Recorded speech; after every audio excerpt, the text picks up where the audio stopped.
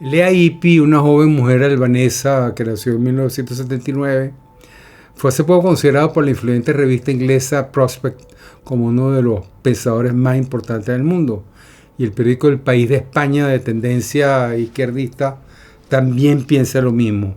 Su obra, su trabajo ha sido traducido a más de 30 idiomas en el mundo y su último y su mejor libro, Libre, el desafío de crecer en la historia, fue mencionado y catalogado como el libro más importante del año por publicaciones como el New Yorker, el Washington Post, Frankfurter Allgemeine Zeitung, el Financial Times de Londres, Foreign Affairs y no solo por El País.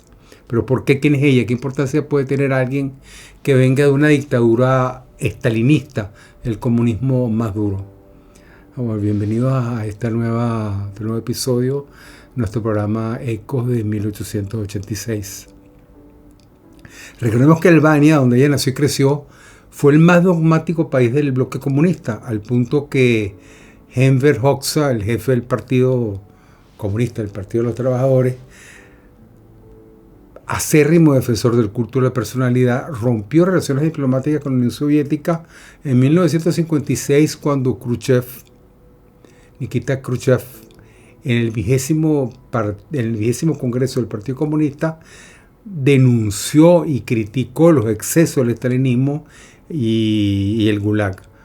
Hoxha argumentó en ese momento que la URSS, Unión Soviética, se había vuelto a derecha y por criticar a Stalin.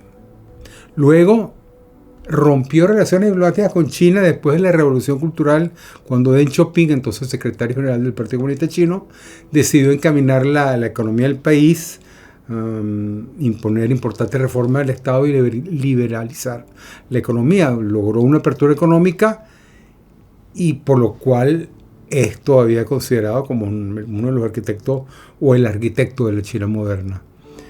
Pero jamás se puede decir que era un político de derecha o que la China era una nación de derecha. Pero Hoxha pensó y por las mismas razones que tuvo para romper relaciones diplomáticas con la URSS, rompió relaciones diplomáticas con la China comunista y llevó a su país a ser parte integrante del Pacto de Varsovia. Pero no llegó a ver la desestalinización y la transición que vino como una consecuencia del Glasnost y la perestroika, al morir en 1985. Hoy en día Albania forma parte de la OTAN y está en proceso, en camino a ser parte integrante de la Unión Europea. De religión musulmana, la familia de Lea Ypi había participado en la política. Su bisabuelo fue primer ministro por un breve periodo de tiempo en los años 20 y luego pasó a dirigir el gobierno durante la ocupación italiana, en los años previos a la Segunda Guerra Mundial. Y cuando llegó el comunismo y Hoxha alcanzó el poder, fue condenado por ello a 15 años de cárcel. De manera que el pedigrí político de Lea Ypi, de la familia Lea Ypi, no era muy bueno, que digamos, en un país donde la geografía lo era todo, o venía de una familia revolucionaria, de personas comprometidas con la construcción del socialismo, del comunismo, o era fascista.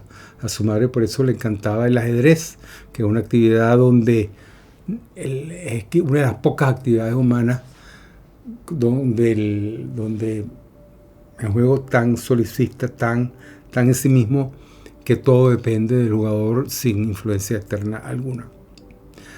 Lea Ypi nació el 8 de septiembre de 1979 y las efemérides que menciona en su libro son todas políticas.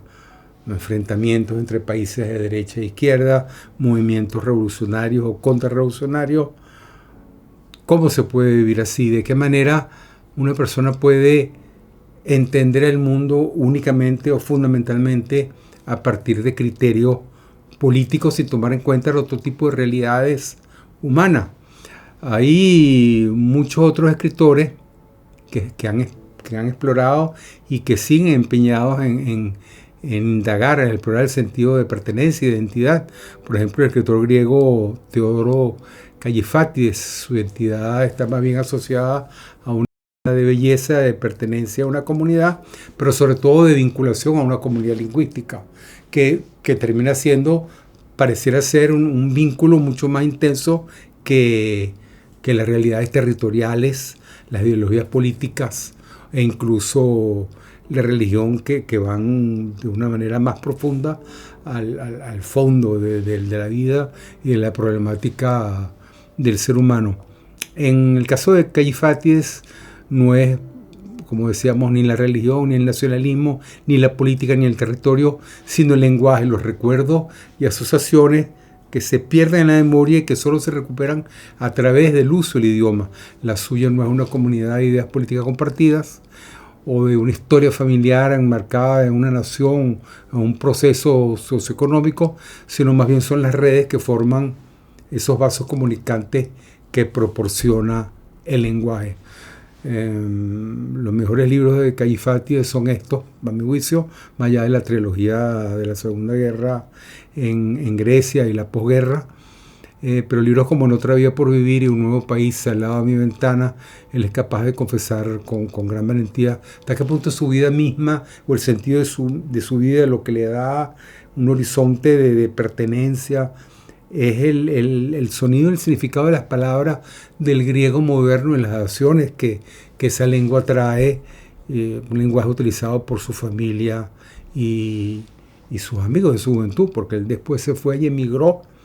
No fue que dejó de querer al país, como él dijo, sino que el país dejó de quererlo a él y terminó por emigrar, como ocurrió con tantas migraciones actuales y contemporáneas como la venezolana. Lea Ypi descubre un sentido de pertenencia asociado a un proceso. No es algo tangible, concreto, estable, sino es la lucidez de empezar a reconocer, a descubrir, de analizar, identificar las relaciones posibles que hacen posible la creación o la destrucción de una comunidad independientemente de su lengua, a diferencia de Kallifátides. Ella escribe en inglés, pero habla perfectamente de varios idiomas, entre los cuales el francés, el alemán, el italiano, el español y por supuesto el albanés, que es su lengua materna.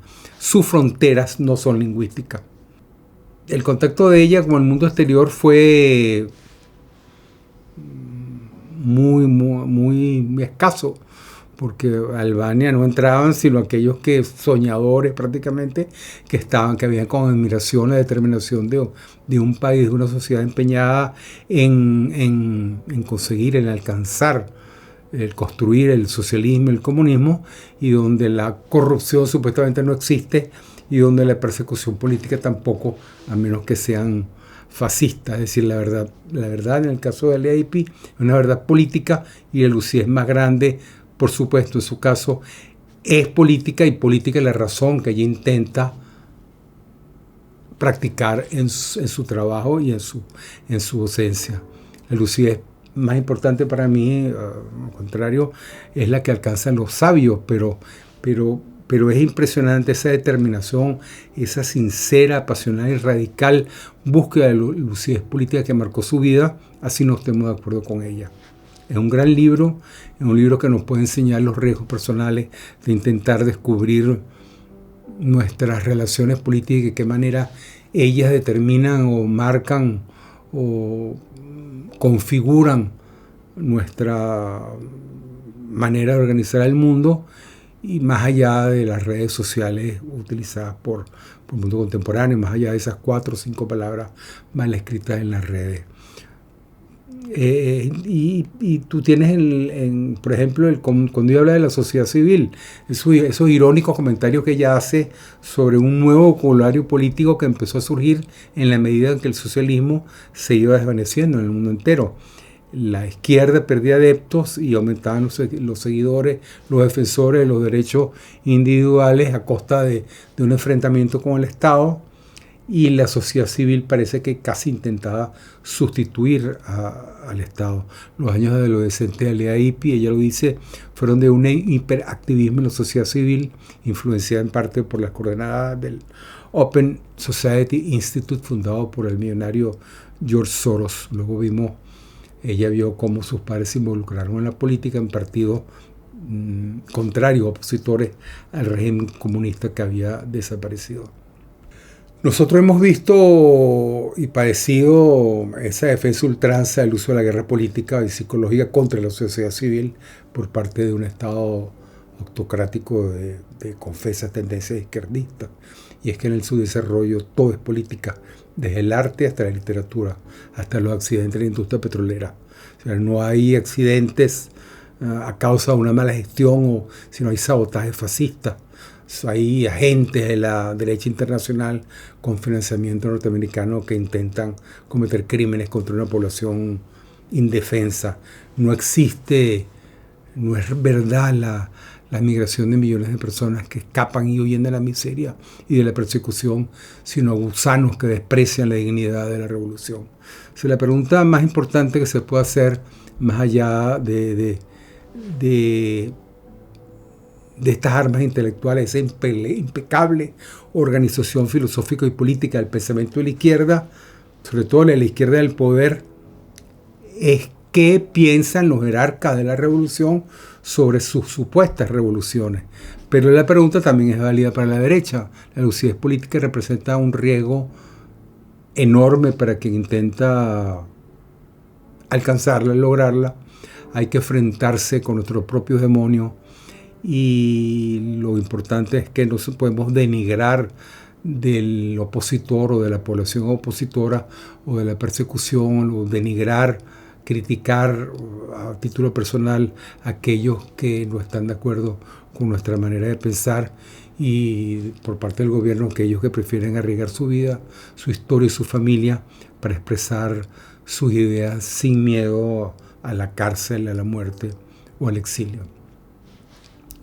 La vida de Lea Ypi fue dura, silenciosa, lenguaje en códigos dentro de la familia que solo pudo interpretar después de la caída del gobierno socialista, pero hoy en día sigue ejerciendo con lucidez esa pasión por conocer las realidades del mundo. Es una búsqueda que la ha llevado a trabajar con el tema migratorio, con la influencia de Kant en los pensadores políticos, y hoy en día es profesora de teoría política en el London School of Economics, una de las más importantes universidades e institutos de educación superior del mundo entero. Sigue produciendo ensayos de ejemplar claridad, así no estemos siempre de acuerdo con ella, con sus posiciones, pero no deja de dejarnos admirados su coraje y su franqueza, su determinación a hacer lo que hace falta para alcanzar la lucidez, la justicia y la libertad.